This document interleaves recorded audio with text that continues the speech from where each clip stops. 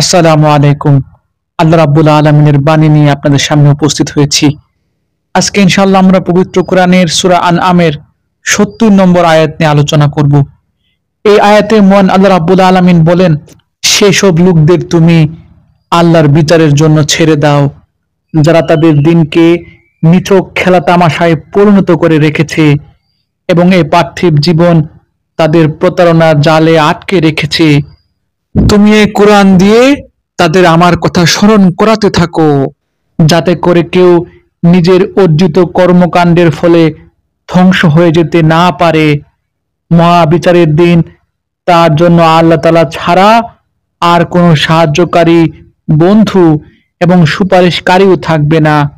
সে যদি নিজের সবকিছু দিয়েও দেয়, তবু তার কাছ থেকে সেদিন তা গ্রহণ করা হবে না। এরাই হচ্ছে সে সমস্ত হতভাগ্য মানুষ, যাদের নিজেদের অর্জিত গুনাহের কারণে তাদের ধ্বংস করে দেয়া হবে। আল্লাহ তাআলাকে অস্বীকার করার কারণে তাদের জন্য আরো থাকবে ফুটন্ত পানি ও ভয়াবহ শাস্তি। আলহামদুলিল্লাহ, চমৎকার একটি আয়াত। এই আয়াতের বাস্তব চিত্র আমাদের সামনে জ্বলজ্বল করছে, কারণ আমরা মুসলমানরা নিজেরা ইসলামের পবিত্র বিধানগুলোকে রং তামাশার সাথে মিশিয়ে ফেলেছি। যেমন ইসলামের বিধান ঈদ, যে দিনটা ছিল আল্লাহর কাছে শুকরিয়ার, তাকওয়ার, ত্যাগ আর আনন্দের দিন, সেটাকে বানিয়ে ফেলেছি নাটক সিনেমার প্রিমিয়ার শো এর দিন। ঈদের নামে মুক্তি পায় অশ্লীলতা, গান বাজনা, কনসার্ট আর নাচ গানের উৎসব।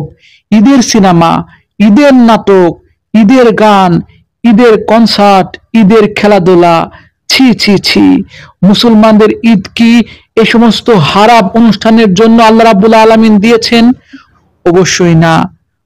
আবার দেখুন মুসলমানদের রমজান, যে মাস কোরআন অবতরণের মাস, তাকওয়া প্রশিক্ষণের মাস, ত্যাগ আর সংযমের মাস।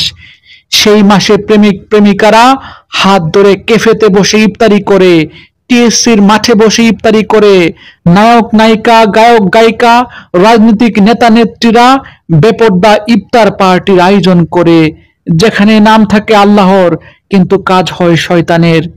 আরো দেখুন জাকাত, যা ছিল দরিদ্রের হক, আমরা সেটাকে করেছি প্রদর্শনের বস্তু।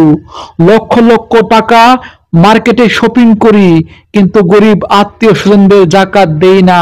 আবার কেউ কেউ ফেসবুকে ছবি তুলে কয়েকটি জামা কাপড় বিলি করে, তারা বলে বেড়ায়, দেখো দেখো আমরা জাকাত দিচ্ছি, জাকাতের কাপড় দিচ্ছি।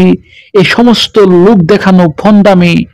আরো দেখুন কুরবানি, যা ছিল ত্যাগের শিক্ষা, আমরা সেটাকে বানিয়ে ফেলেছি প্রতিযোগিতা।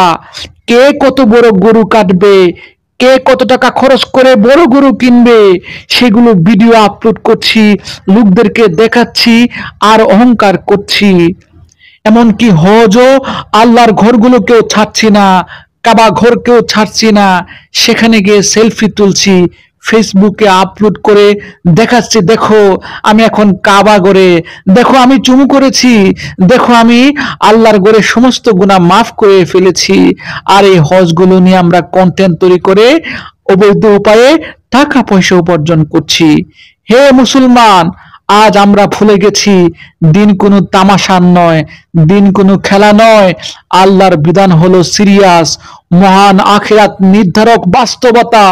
যারা দিনকে রং তামাশা বানাবে, তাদের জন্য কোরআন ঘোষণা করছে তাদের পানীয় হবে ফুটন্ত পানি, আর তাদের জন্য রয়েছে ভয়াবহ যন্ত্রণাদায়ক শাস্তি। তাহলে সাবধান হয়ে যান। আজ যদি দিনকে আমরা খেলা তামাশা বানাই, আগামীকাল আখিরাতের দিন আমাদের সাথে রসিকতা করবে না। মনে রাখতে হবে, আল্লাহর দিনকে নিয়ে তামাশাকারীদের জন্য কোনো সাফায়েত কাজ করবে না, কোনো ঘুষের ব্যবস্থা থাকবে না, কোনো ছাড় থাকবে না। সুতরাং সাবধান হয়ে যান। শুনুন মুসলিম সমাজ, এখনো সময় আছে, দিনকে খেলায় রূপান্তরিত করবেন না। ঈদ করুন তাকওয়ার সাথে, রমজান পালন করুন সংযমের সাথে, জাকাত দান করুন গোপনে আল্লাহর জন্য, কোরবানির দিন ত্যাগের জন্য, হজ করুন আত্মাকে বদলানোর জন্য, লোক দেখানোর জন্য নয়। আল্লাহ রাব্বুল আলামিন আমাকে সহ আপনাদের সবাইকে আজকের এই আলোচ্য আয়াত থেকে শিক্ষা গ্রহণ করার তৌফিক দান করুন। এই প্রত্যাশা এখানে শেষ করছি। ধন্যবাদ।